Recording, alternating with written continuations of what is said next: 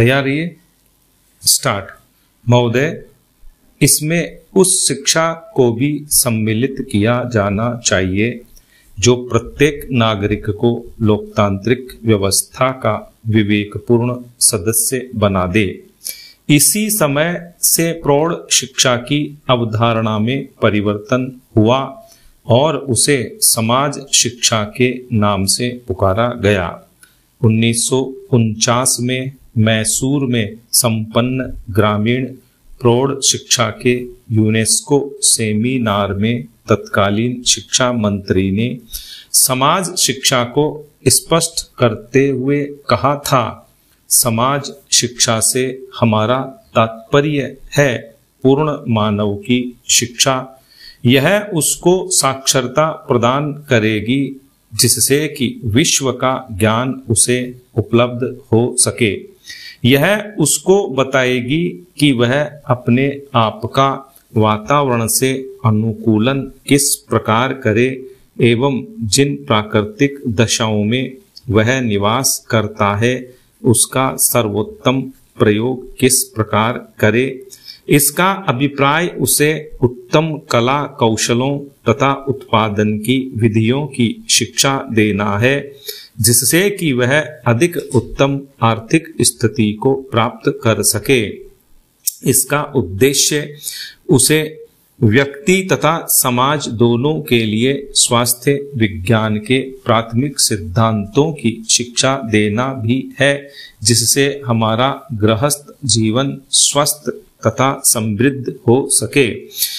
इस शिक्षा को उसे नागरिकता का पाठ पढ़ाना चाहिए जिससे कि उसे संसार की बातों का ज्ञान प्राप्त हो जाए और वह अपनी सरकार को उन निर्णयों के निर्माण में सहायता दे सके जो शांति तथा प्रगति में योगदान करें।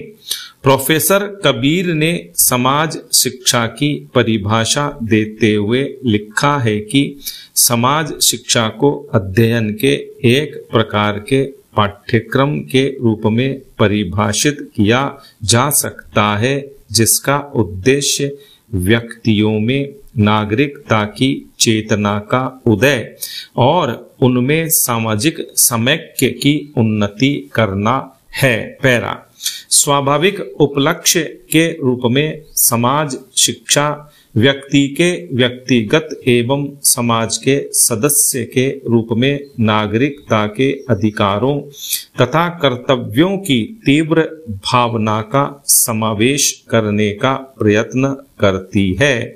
अब आइए जरा गौर करें कि वर्तमान भारतीय परिवेश में प्रौढ़ शिक्षा या समाज शिक्षा प्रयास कितना सार्थक हुआ है।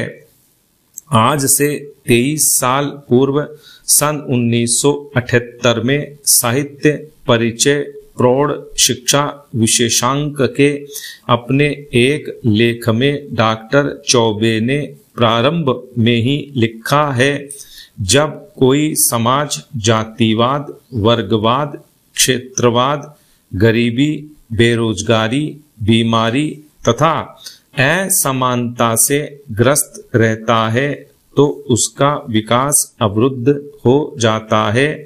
ऐसी यही ग्रस्तता आज हमारे समाज में हमारे क्रियाकलापों के विविध अंगों में परिलक्षित हो रही है। जब तक हम इस ग्रस्तता से मुक्त न होंगे तब तक हमारा विकास संभव नहीं होगा। इस ग्रस्तता से दूर होने के लिए हमें अनेक उपाय करने होंगे। इन उपायों में शिक्षा का स्थान बहुत ऊंचा है। हमारे देश की अधिकांश जनता अभी भी साक्षर नहीं हो पाई है। जब तक हम इस प्रयास में सफल नहीं होते तब तक हमारी जनतंत्रीय व्यवस्था खोखली रहेगी।